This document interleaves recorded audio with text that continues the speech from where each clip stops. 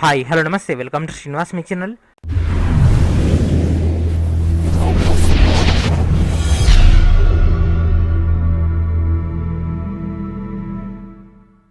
ఈరోజు వీడియోలో మనం RRB NTPC and group D సంబంధించినటువంటి ప్రిపరేషన్లో భాగంగా ఆర్థమెటిక్లోని సింపుల్ ఇంట్రెస్ట్ యొక్క మెయిన్ డేటాని డిస్కస్ చేద్దాం. Let's get started. ఆల్రెడీ మనం ప్యూర్ మ్యాథ్స్ యొక్క డేటాని కంప్లీట్ చేసుకున్నాం కదా. సో రిమైనింగ్ ఉన్నటువంటి ఆర్థమెటిక్లోని సింపుల్ ఇంట్రెస్ట్ అని డిస్కస్ చేసుకుందాం. ఎందుకంటే గ్యారంటీ ఎన్టీపీసీ ఎగ్జామ్లో మినిమం 2 క్వశ్చన్స్ నుంచి మ్యాక్సిమం 5 క్వశ్చన్స్ దాకా ఈ యొక్క టాపిక్ నుంచి రావడం జరుగుతుంది. కాబట్టి ఖచ్చితంగా మన యొక్క టాపిక్ గురించి పూర్తి అవగాహనతో ఉంటేనే ఎగ్జామ్లో మనం మార్క్స్ని గెయిన్ చేయగలం. అదేవిధంగా మ్యాక్సిమం 5 క్వశ్చన్స్ అంటే మీరే ఊహించుకోండి friends, it is a game changer. ఈ యొక్క ఇంట్రెస్ట్ అనేది గేమ్ చేంజర్ కాబట్టి ఖచ్చితంగా ప్రతి క్వశ్చన్ కూడా మనం సాల్వ్ చేయాలంటే దీంట్లో ఉన్నటువంటి easy to moderate to hard దాకా ఉన్నటువంటి ప్రతి మోడల్ని కూడా మనం సాల్వ్ చేయగలగాలి. సో అలాంటప్పుడే మనకి ఎక్కువ మార్క్స్ వస్తే ఆటోమేటిక్గా జాబ్ అనేది కన్ఫర్మ్ అవుతుంది. అండ్ అదేవిధంగా సిరీస్ తీసుకున్న వాళ్ళకి మాత్రమే కాంపౌండ్ ఇంట్రెస్ట్, అదేవిధంగా previous year questions at the same time ప్రాక్టీస్కి అదేవిధంగా మోడల్ క్వశ్చన్స్ ఇవ్వడం జరుగుతుంది. కాంపౌండ్ ఇంట్రెస్ట్కి దాదాపుగా 250కి పైగా ఎన్టీపీసీ స్పెషల్ అయినటువంటి బిట్స్ అనేవి కలెక్ట్ చేయడం జరిగింది. వాటన్నిటిని కూడా కాంపౌండ్ ఇంట్రెస్ట్ బేస్ పైన ఇస్తున్నాను. ఎందుకంటే ఎన్టీపీసీ 2016తో పాటు జేఈ ఏదైతే క్వశ్చన్ పేపర్ ఉందో ఆ యొక్క ప్యాటర్న్ ఓరియంటెడ్ మీకు అక్కడ క్వశ్చన్స్ అన్ని కలెక్ట్ చేయడం జరిగింది. కాబట్టి అది మీకు ఇంకా పర్ఫెక్ట్గా వస్తుంది. మోస్ట్లీ దాంట్లో వాల్యూస్ ఒకటి చేంజ్ ఉంటాయి తప్ప రిమైనింగ్ యాజ్ ఇట్ ఈస్గా మనకు సేమ్ క్వశ్చన్ దిగినా కూడా ఆశ్చర్యం లేదు. అంత పర్ఫెక్ట్గా కాంపౌండ్ ఇంట్రెస్ట్ ఇవ్వడం జరిగింది. ఎందుకంటే ఖచ్చితంగా సింపుల్ ఇంట్రెస్ట్ అదేవిధంగా కాంపౌండ్ ఇంట్రెస్ట్ నుంచి క్వశ్చన్స్ వస్తున్నాయి కాబట్టి. అండ్ ఇక్కడ మీకు డిస్ప్లే పైన కనిపిస్తున్నటువంటి క్వశ్చన్స్ అన్ని కూడా ఎన్టీపీసీ 2012 అదేవిధంగా 2016లో వచ్చినటువంటి క్వశ్చన్స్. మోస్ట్లీ మనం 6 క్వశ్చన్ పేపర్స్ నుంచి మాత్రమే ఈ యొక్క క్వశ్చన్స్ అన్నింటిని కూడా కలెక్ట్ చేయడం జరిగింది. కేవలం 6 మాత్రమే. నేను మీకు ఇస్తుంది 30 క్వశ్చన్ పేపర్స్. సో 30 క్వశ్చన్ పేపర్స్లో కేవలం 6 క్వశ్చన్ పేపర్ల నుంచి ఇన్ని క్వశ్చన్స్ కలెక్ట్ అయినాయంటే మిగిలినటువంటి 24 క్వశ్చన్ పేపర్లు ఇంకెన్ని క్వశ్చన్స్ ఉన్నాయో ఒక్కసారి ఊహించుకోండి ఫ్రెండ్స్. ప్రతి క్వశ్చన్ కూడా సాల్వ్ చేసి ఇంకెన్ని మార్క్స్ వస్తాయి. అండ్ ఇక్కడ మీకు కనిపిస్తుందంతా కూడా కేవలం సింపుల్ ఇంట్రెస్ట్ మాత్రమే. కేవలం సింపుల్ ఇంట్రెస్ట్ గురించి మనం డిస్కస్ చేసుకుంటాం. కాంపౌండ్ ఇంట్రెస్ట్ క్వశ్చన్స్ కూడా కలుపుకుంటే ఈ యొక్క 30 క్వశ్చన్ పేపర్ నుంచి దాదాపుగా మనకు 120 నుంచి 150 దాకా క్వశ్చన్స్ ఉంటాయి కాబట్టి సో ఆ యొక్క క్వశ్చన్స్ అన్నింటినీ మనం ప్రాక్టీస్ చేసుకుంటాం. అంటే 30 previous year question paper solve చేస్తే పక్కా మనకు అందులోంచి వచ్చినటువంటి 5 మార్క్స్ అనే మన యొక్క హ్యాండ్ ఓవర్లో ఉన్నట్లే. అండ్ అదేవిధంగా కాంపౌండ్ ఇంట్రెస్ట్ సంబంధించినటువంటి సపరేట్ ఫైల్ కూడా మీకు స్పెషల్గా ఇవ్వడం జరుగుతుంది. సో ఆ యొక్క డేటా కూడా మీకు హైలీ యూటిలైజ్ అవుతుంది. సో ఇక ఈ వీడియో ఎండ్లో మన యొక్క టోటల్ క్వశ్చన్స్లో కొన్ని క్వశ్చన్స్ నేను మీకు రఫ్లీ ఎక్స్ప్లెయిన్ చేస్తాను. రిమైనింగ్ ఉన్నటువంటి అన్ని క్వశ్చన్స్ కూడా మీకు ప్రాక్టీస్ కిందకి ఇవ్వడం జరుగుతుంది. సో ఇప్పుడు మనం దీని యొక్క మెయిన్ డేటాలకు వెళ్ళిపోదాం. అండ్ ఫస్ట్ వచ్చేసి ఇంట్రెస్ట్ అంటే సింపుల్ ఇంట్రెస్ట్. సో ఇంట్రెస్ట్ అంటే ఏంటి ఫ్రెండ్స్, మనం తీసుకున్నటువంటి డబ్బుకి కొంతకాలం మనం దాన్ని వాడుకున్నందుకు రాయల్టీ కింద మనం చెల్లించినటువంటి అమౌంట్ని వడ్డీగా అంటాం కదా. సో వడ్డీకి సంబంధించినటువంటి బేసిక్ ఫార్ములా మన యొక్క స్కూల్ డేస్లో ఉపయోగించినటువంటి ఫార్ములా PTR/100. P అంటే అసలు, T అంటే టైం, R అంటే వడ్డీ రేటు అంటే రేట్ ఆఫ్ ఇంట్రెస్ట్, అదేవిధంగా /100, I అంటే ఇంట్రెస్ట్. సో ఈ విధంగా మనకు డేటా ఇవ్వడం జరిగింది కదా. సో ఫర్ ఎగ్జాంపుల్ మనకు 500 రూపాయలు నేను అప్పుగా తీసుకున్న 2 సంవత్సరాలు. సో 4% ఇంట్రెస్ట్ అంటే వడ్డీ ఎంత పడుతుంది. సో 500 రూపాయలు 2 సంవత్సరాలకు 4% వడ్డీ రేట్ అయితే ఇంట్రెస్ట్ ఎంత వస్తుంది. సో 500 × 2 × 4/100. 2 సున్నాలకు 2 సున్నాలు క్యాన్సల్. 5 2 10, 10 4 40. ఎంత అవుతుంది ఫ్రెండ్స్ వడ్డీ? 40. అదేవిధంగా మొత్తం ఎంత friends? Total that equals to A. So A ఎంత అవుతుంది ఫ్రెండ్స్? ఇచ్చింది 500 + 40 ఎంత అవుతుంది ఫ్రెండ్స్? 540. సో ఏ అడిగితే 540 అంటే మొత్తం వడ్డీ ప్లస్ అసలు రెండు కలిపి కదా మనం వాళ్ళకి ఇచ్చేది. సో మొత్తం వచ్చేసి ఎంత? 540, వడ్డీ వచ్చేసి 40, అసలు వచ్చేసి 500. ఎన్ని సంవత్సరాలు తీసుకోవడం జరిగింది? ఎన్ని సంవత్సరాలు తీసుకున్నాం? 2 సంవత్సరాలు. వడ్డీ రేట్ ఎంత? 4%. సో ఇది మన యొక్క బేసిక్ లెవెల్ అయినటువంటి question. So I = PTR/100. So కొన్నిసార్లు ఏమడుగుతాడంటే I వాల్యూ ఇచ్చేస్తాడు. వడ్డీ 400 రూపాయలు అంటాడు. అసలు P = 10,000, I = 400. అయితే టైం ఎంత? వడ్డీ రేటు కూడా ఇవ్వడం జరుగుతుంది ఫ్రెండ్స్. సో వడ్డీ రేట్ = 20%. అసలు 10,000, వడ్డీ రేటు 20%. అదేవిధంగా ఇంట్రెస్ట్ వచ్చేసి అంటే వడ్డీ వచ్చేసి 400 అయితే T వాల్యూ ఎంత అంటాడు. సో ఫస్ట్ దీని ఒక ఫార్ములా కనుక్కొని తర్వాత దీంట్లో సబ్స్టిట్యూట్ చేయాలి కదా. So T = 100I/PR. సో ఈ యొక్క ఫార్ములా ఎక్కడి నుంచి వచ్చింది సార్ అంటే మనం ఇలాగ తీసుకున్నాం కదా. I = PTR/100 అని. సో దీంట్లో టీని అక్కడనే ఉంచేస్తాం. ఇక్కడ ఉన్నటువంటి 100 ఇక్కడికి వస్తే ఏమవుతుంది ఫ్రెండ్స్? 100I ఇంటూ ఇక్కడ ఉన్నటువంటి మల్టిప్లికేషన్ కాస్త ఇక్కడికి ఏమవుతుంది? బై అవుతుంది. P × R PR. సేమ్ అంతే, ఏదైతే వాల్యూ ఉంటుందో అది ఇక్కడికి తీసుకొచ్చేస్తాం. రిమైనింగ్ ఉన్నటువంటి వాల్యూస్ని ఇక్కడ వేసేస్తాం. 100 ఇంటూ I అంటే ఎంత ఫ్రెండ్స్? 400 బై P అంటే ఎంత? 10,000 ఇంటూ 20. ఇక్కడ 4 సున్నాలకి ఇక్కడ 4 సున్నాలు క్యాన్సల్. 4/20. 1/5 సంవత్సరంలో 10,000 రూపాయలకి వడ్డీ రేట్ అనేది 20% అయినట్లయితే 400 రూపాయలు అనేది అవ్వడం జరుగుతుంది. సో ఈ విధంగా మనకు డేటా రావడం జరిగింది. అండ్ ఇదంతా కూడా మనకు ఐ ఇచ్చినట్లయితే PTR/100 తీసుకుంటాం. ఐ వాల్యూ కనుక్కోమన్నా, పీ కనుక్కోమన్నా, టీ కనుక్కోమన్నా, ఆర్ కనుక్కోమన్నా సేమ్ ఫార్ములాలో ఏదైతే మనకు వాల్యూ ఉంటుందో దాన్ని ఎక్స్ట్రాక్ట్ చేసేస్తాం, దాన్ని అక్కడ ఇంప్లిమెంట్ చేసేస్తాం. కొన్నిసార్లు ఏం అడుగుతాడంటే ఇందాక మనం డిస్కస్ చేసుకున్నాం కదా ఫ్రెండ్స్, ఏ ఇచ్చేస్తాడు డైరెక్ట్ మనకు ముందే ఏ ఇచ్చేసి పీని ఫైండ్ అవుట్ చేయమంటాడు. టీ వాల్యూ ఇస్తాడు, ఆర్ వాల్యూ ఇస్తాడు. ఓకే, ఏ వాల్యూ మొత్తం ఇచ్చేస్తాడు, అసలు కనుక్కోమంటాడు, టైం ఇస్తాడు, వడ్డీ రేట్ ఇస్తాడు. అప్పుడు మనం ఏం చేస్తాం,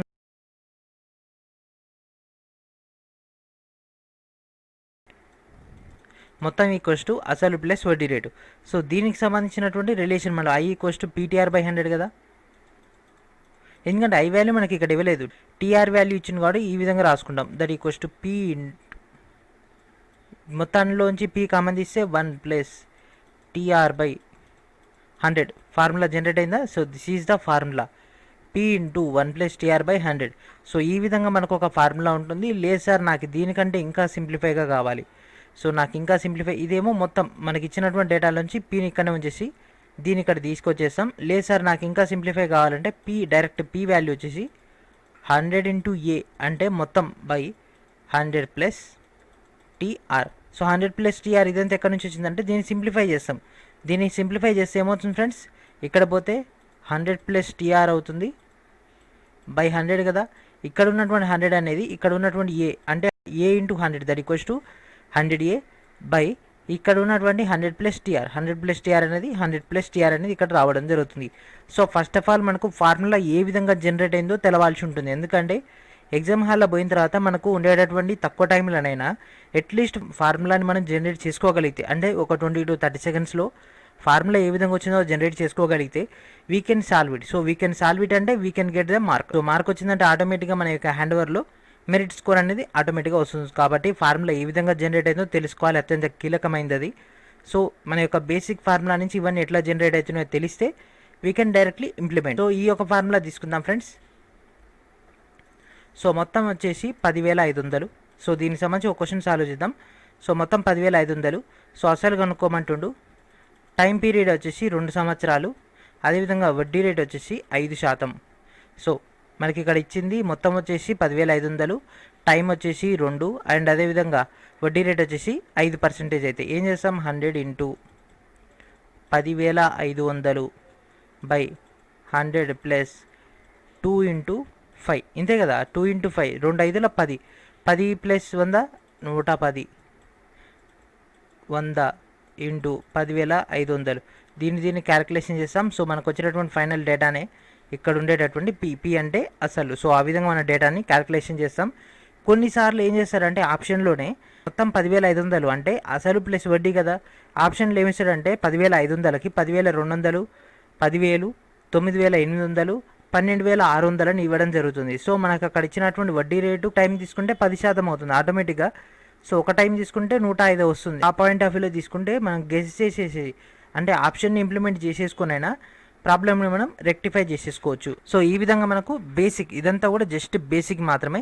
అండ్ నెక్స్ట్ మనకు కొంత ఇంపార్టెంట్ అయినటువంటి డేటాని తీసుకుంటాం. సో ఒకవేళ మన క్వశ్చన్లో కనుక సింపుల్ ఇంట్రెస్ట్ అని మెన్షన్ చేయకుండా లేకపోతే కాంపౌండ్ ఇంట్రెస్ట్ అని మెన్షన్ చేయకుండా then we can implement as simple interest. So ఇప్పుడు ఒక మోడల్ చూద్దాం. ఇది టాప్ 4 మోడల్ ఫ్రెండ్స్, ఇది 4th మోడల్ ఇది. సో పైన డిస్కస్ చేసుకున్నంత కూడా 3 మోడల్స్, డెడ్ ఈజీ మోడల్స్ అవన్నీ కూడా. అండ్ 4th మోడల్ చూద్దాం. సో 4th మోడల్ ఏంటిదంటే కొంత సొమ్ముని T సంవత్సరాల కాలంలో M రెట్లు బారు వడ్డీ ప్రకారంగా N రెట్ల అగుటకు పట్టేటటువంటి కాలం ఎంత. సో ఇక్కడ కనుక తీసుకుంటే సో సర్టెన్ అమౌంట్ అనేది 3 సంవత్సరాల కాలంలో 2 రెట్లు అయితే, కొంత అమౌంట్ అనేది 3 సంవత్సరాల కాలంలో 2 రెట్లు అయితే 8 రెట్లు అవ్వడానికి ఎన్ని సంవత్సరాల కాలం పడుతుంది. సో ఓకేనా ఫ్రెండ్స్, ఇక్కడ మీకు అర్థమైంది కదా. కొంత సొమ్ము అనేది 3 సంవత్సరాల కాలంలో 2 రెట్లు అయింది. ఓకే, 8 రెట్లు అవ్వడానికి ఎన్ని సంవత్సరాలు పడుతుంది అనేది మనల్ని అడగడం జరిగింది. సో దీని యొక్క ఫార్ములా ఏంటి friends, n-1 × time t/m-1. So ఈ యొక్క ఫార్ములాలో ఇక్కడ టీ అంటే ఏంటి ఫ్రెండ్స్, ఫస్ట్ ఉన్నటువంటి టైం మనకు అదొకటేగా తెలిసింది అది.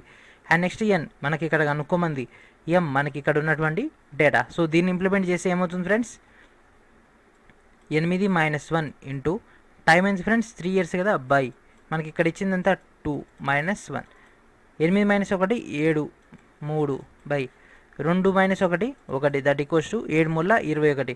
సో 21 సంవత్సరాలు పడుతుంది.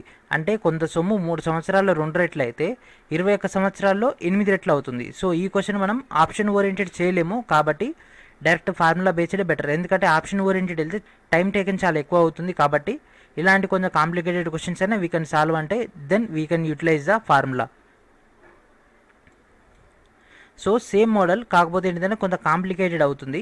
సో ఇక్కడ ఏంటిదంటే ఇందాక మనకి ఇచ్చిందేమో టోటల్ ఎన్ రెట్లు అవ్వడానికి అంటే సర్టెన్ అమౌంట్ అయినటువంటి రెట్లు అవ్వడానికి ఎంత టైం పడుతుందని అడగడం జరిగింది కదా. ఇక్కడ వడ్డీ రేట్ పాయింట్ ఆఫ్ వ్యూలో అడగడం జరిగింది. సో వడ్డీ రేట్ ఏంటిదంటే అండ్ నెక్స్ట్ మోడల్ నెంబర్ 5 ఇది చాలాసార్లు రిపీటెడ్ ఇది మాత్రం రిపీటెడ్. ఇది స్టార్ వేసుకొని ఫ్రెండ్స్ ఈ క్వశ్చన్కి.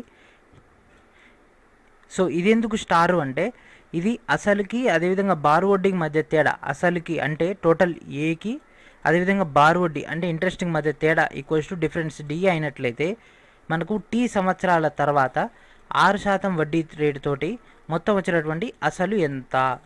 సో ఓకేనా ఫ్రెండ్స్. సో ఇక్కడ మనకు అసలు వచ్చేసి పి అసలుకి ఇంట్రెస్ట్కి మధ్య ఉన్నటువంటి తేడా డి అయినట్లయితే ఫర్ ఎగ్జాంపుల్ అసలు అదేవిధంగా వడ్డీకి మధ్య తేడా 500 రూపాయలు అయినట్లయితే ఎగ్జాంపుల్ ఇదే విధంగా ఇస్తాడు. అసలుకు వడ్డీ మధ్య తేడా 500 రూపాయలు అయినట్లయితే 3 సంవత్సరాల తర్వాత 6% వడ్డీ రేటుతో అసలు ఎంత. సో అసలుని ఫైండ్ అవుట్ చేయమంటున్నాను. రెండింటి మధ్య డిఫరెన్స్ తెలుసు, టైం తెలుసు, వడ్డీ రేటు తెలుసు, కానీ అసలు ఎంతో తెలియదు కదా. సో అసలుని మనం ఏం చేస్తాం డైరెక్ట్ ఇక్కడ ఉన్నటువంటి ఫార్ములాలు సబ్స్టిట్యూట్ చేసేస్తాం. సో దీని యొక్క ఫార్ములా ఏంటి friends 100 into D by 100 minus R into T. So ఈ యొక్క ఫార్ములాలో ఏం చేస్తామంటే డైరెక్ట్ మనకి ఇక్కడ డిఫరెన్స్ ఎంత ఉంది 500 కదా. So 100 into 500 divided by 100 minus R అంటే ఎంత ఫ్రెండ్స్ 6 కదా. సో 6 ఇంటూ టైం ఎంత 3. సో 6 ఇంటూ 3 అంటే ఎంత ఫ్రెండ్స్ 18. 100 మైనస్ 18 అంటే ఎంత 82. అండ్ అదేవిధంగా ఇది 100 into 500. So that equals to 50,000. 50,000 by 82. ఈ రెండింటి యొక్క క్యాలిక్యులేషన్ చేస్తే మనకు డైరెక్ట్ ఆన్సర్ అనేది రావడం జరుగుతుంది. ఓకే, ఆ యొక్క answer is the principal. And next last model, ఈ యొక్క టాపిక్లో లాస్ట్ మోడల్. సో వడ్డీ రేటులో కనుక డిఫరెన్స్ ఉన్నట్లయితే అంటే ఫర్ ఎగ్జాంపుల్ మనం ఇప్పుడు ఒక వడ్డీ రేటు తీసుకుందాం. సో 6% వడ్డీ రేటు తీసుకుందాం. సో 6% వడ్డీ రేటు తీసుకున్నట్లయితే మనకు వచ్చినటువంటి వడ్డీ వచ్చేసి 500 అనుకుందాం. సో ఒకవేళ మనం తీసుకునేటటువంటి వడ్డీ రేట్లో కనుక తేడా ఉన్నట్లయితే వచ్చినటువంటి వడ్డీ ఎంత అనేది మనల్ని ఇక్కడ అడగడం జరుగుతుంది. అంటే సింపుల్గా తీసుకుంటే మనం కొంత ప్రిన్సిపల్ తీసుకున్నాం. ఆ యొక్క ప్రిన్సిపల్ని 6% వడ్డీ రేటుతో 3 సంవత్సరాల కాలానికి తీసుకున్నాం అనుకుందాం.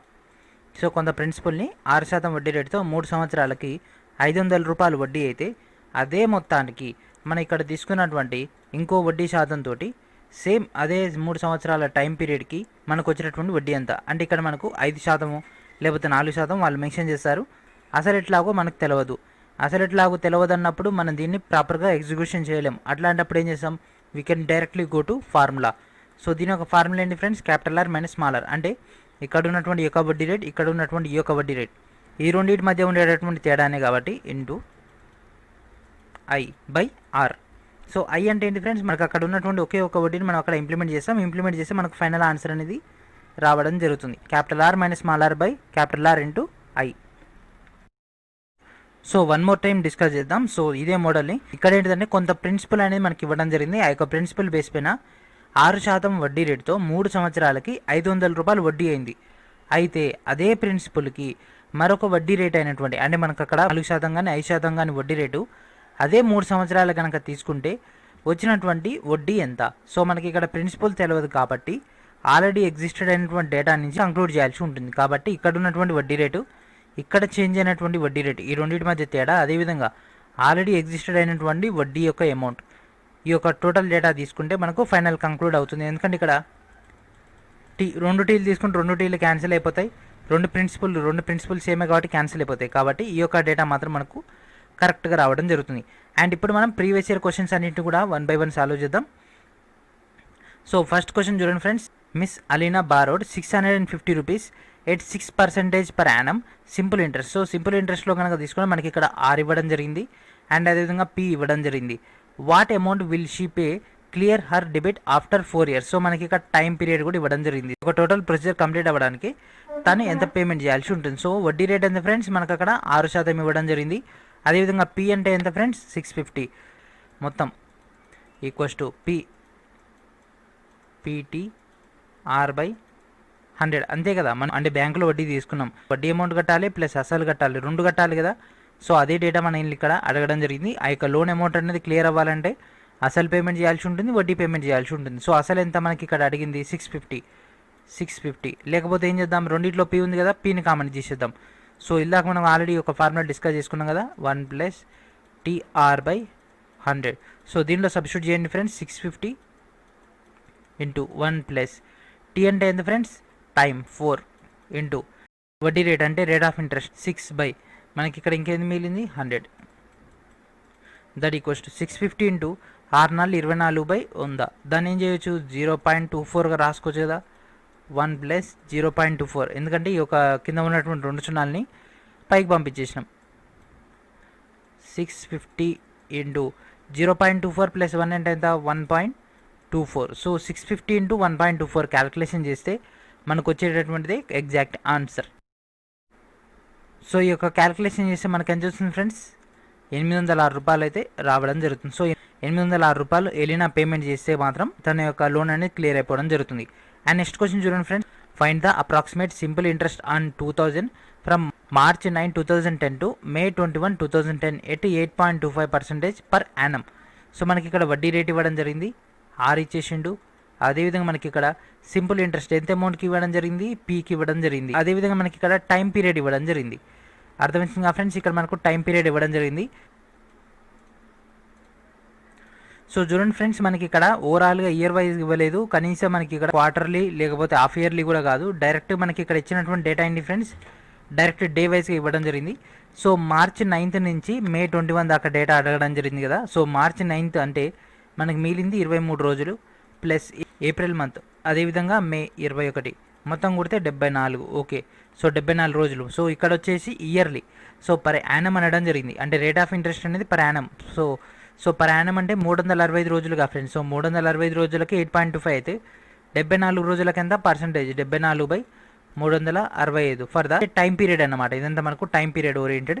అండ్ ఇక్కడ మనకు పీ వచ్చేసింది, టీ వచ్చేసింది, ఆర్ వచ్చేసింది. ఇంకా మనకు కావాల్సింది ఏంటిది, అడిగింది ఏంటి ఫ్రెండ్స్, సింపుల్ ఇంట్రెస్ట్ అంటే ఐ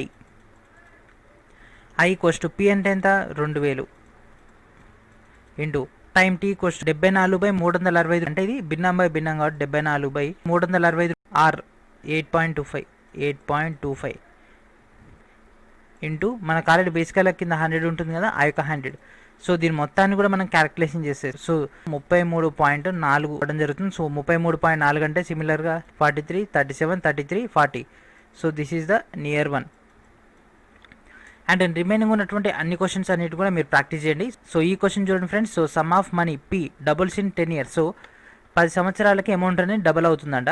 సో 20 సంవత్సరాలకి ఎంత అవుతుంది. సో ఇది చూడండి ఫ్రెండ్స్, మనం ఇందాకనే డిస్కస్ చేసుకున్నాం కదా, ఇప్పుడు 10 సంవత్సరాలకి డబల్ అయితే 20 సంవత్సరాలకి త్రిబుల్ అవుతుంది ఆటోమేటిక్గా. సింపుల్ ఇంట్రెస్ట్కి అయితే 10 సంవత్సరాలకి డబల్ అయితే 20 సంవత్సరాలకి 3 రెట్లు అవుతుంది, 30 సంవత్సరాలకి 4 రెట్లు అవుతుంది, 40 సంవత్సరాలకి 50 రెట్లు అవుతుంది. అంటే ఇక్కడ చూడండి ఫ్రెండ్స్, ఫస్ట్ 10 yearsకి మనకు 100 రూపాయలు అంటే మనం ఇన్వెస్ట్ చేసింది 100, ఇక్కడ మనకు వచ్చింది 100. 20 సంవత్సరాలకి ఇంకో 100 వస్తుంది, 30 సంవత్సరాలకి ఇంకో 100 వస్తుంది, 40 సంవత్సరాలకి ఇంకో 100 వస్తుంది. కాబట్టి 2, 3, 4, 5, 6 ఈ విధంగా మనకు ఎడిషన్ అయింది అవ్వడం జరుగుతుంది. కాకపోతే మనకు అదే కాంపౌండ్ ఇంట్రెస్ట్ తీసుకుంటే మల్టిప్లికేషన్ ఉంటుంది. సో ఇది చూడండి ఫ్రెండ్స్, మనకి ఇక్కడ మనం ఒక సింపుల్ ఇంట్రెస్ట్ని తీసుకోవడం జరిగింది. 10 సంవత్సరాల్లో అది 3 రెట్లు అయినట్లయితే అక్కడ ఉన్నటువంటి రేట్ ఆఫ్ ఇంట్రెస్ట్ ఎంత. సో 10 సంవత్సరాల్లో 3 రెట్లు అయినట్లయితే అక్కడ ఉన్నటువంటి రేట్ ఆఫ్ ఇంట్రెస్ట్ అనేది ఫైండ్ అవుట్ చేయమంటున్నాడు. సో 10 yearsలో 3 రెట్లు అయిందంట, అంటే అసలు అట్నే ఉంది. అంటే ఎడిషనల్గా మనకి ఎంత అయింది ఫ్రెండ్స్, 2 రెట్లు మనకు పెరిగింది. సో 3 రెట్లు అంటే ఏంటి ఫ్రెండ్స్, మనం ఇచ్చింది ఒక పార్ట్ అయినట్లయితే మనకి ఎడిషనల్గా వచ్చేది 2 పార్ట్లు, అంటే మొత్తం కలిపి 3 కదా. సో 3 మనం ఇచ్చింది ఒకటైతే మనకి ఎడిషనల్గా వచ్చినాయి 2 కాబట్టి ఆటోమేటిక్గా దీని బేస్ పైన మనం క్వశ్చన్ సాల్వ్ చేయాలి. అంటే for example I equals to PTR/100. So మన దగ్గర ఉన్నటువంటి ఏకైక ఫార్ములా ఇది ఒకటే కాబట్టి ఇక్కడ ఇంట్రెస్ట్ ఏమవుతుంది ఫ్రెండ్స్, మనకు వచ్చేది ఇంట్రెస్ట్ కదా. ఇక్కడ ఎంత వచ్చింది వడ్డీ, 2 రెట్లు రావడం జరిగింది. దేనికి, అసలుకి 2 రెట్లు వచ్చింది కదా. కాబట్టి 2p ఈక్వల్స్ టు p ఎంత మనకు తెలియదు, p ఇంటూ టైం పీరియడ్ ఎంత 10 years, వడ్డీ రేట్ ఎంత తెలియదు, మనకు కావాల్సింది వడ్డీ రేట్ కదా, బై 100. 10 ఇది క్యాన్సల్, ఇక్కడ ఉన్నటువంటి 2 ఇక్కడికి వస్తే ఏమవుతుంది ఫ్రెండ్స్ 20 అవుతుంది. కాబట్టి ఇక్కడ ఉన్నటువంటి అసలు దీనికి క్యాన్సల్ అయిపోతే వడ్డీ రేట్ ఎంత ఫ్రెండ్స్ 20 కదా. సో ఆటోమేటిక్గా దీని యొక్క ఆన్సర్ ఎంత ఫ్రెండ్స్ 20%. సో ఈ విధంగా మనకు క్వశ్చన్స్ రావడం జరుగుతుంది. సో చూడగానే చాలా కన్ఫ్యూజింగ్ అవుతాయి, but we can solve. And ఈ క్వశ్చన్ చూడండి ఫ్రెండ్స్, మనకు మంత్లీ అడగడం జరిగింది. ఇక్కడ 1 రూపాయికి 10 పైసలు చొప్పున, అంటే 1 రూపాయికి అంటే 10 పైసలు, అదే 100 రూపాయలకి 1000 రూపాయలకి అట్లా మనం తీసుకోవాలి. లేకపోతే మనకి ఇక్కడ ఆల్రెడీ అడిగింది 50 కాబట్టి 50 పాయింట్ ఆఫ్ వ్యూలో మనం తీసుకుంటే సరిపోతుంది. సో 1 రూపాయికి 10 పైసలు అంటే 50 రూపాయలకి ఎన్ని పైసలు పడుతుంది ఫ్రెండ్స్ 5 రూపాయలు. సో దాని బేస్ పైన మనం ఇక్కడ ఉన్నటువంటి క్వశ్చన్ మొత్తాన్ని కూడా సాల్వ్ చేయాల్సి ఉంటుంది. ఆ వచ్చిన అమౌంట్ని మనకి ఇక్కడ ఉన్నటువంటి ఇంటూ 6 చేస్తే మనకు ఆన్సర్ అనేది రావడం జరుగుతుంది. సో రిమైనింగ్ ఉన్నటువంటి అన్ని క్వశ్చన్స్ సాల్వ్ చేయండి. ఇవన్నీ కూడా మన యొక్క ప్రీవియస్ ఇయర్ క్వశ్చన్స్, నేను ఆల్రెడీ ఇచ్చినటువంటి 25 క్వశ్చన్ పేపర్స్లలో ఈ క్వశ్చన్స్ అన్నీ కూడా ఉండడం జరిగింది. మీరు అక్కడి నుంచి సాల్వ్ చేయండి. ప్రతి క్వశ్చన్ కూడా సాల్వ్ చేస్తేనే మీకు టోటల్ డేటా అర్థమవుతుంది. సో ఇక్కడ ఉన్నటువంటి టాప్ మోస్ట్ మోడల్స్ అన్నీ కూడా ఇక్కడ ప్రొవైడ్ చేయడం జరిగింది. సో ఈ క్వశ్చన్స్ అన్నింటిని కూడా సాల్వ్ చేయండి. సో ఇది ఫ్రెండ్స్ ఈరోజు వీడియో. నెక్స్ట్ వీడియో మరికొండ ఏదో కలుద్దాం. And thank for watching.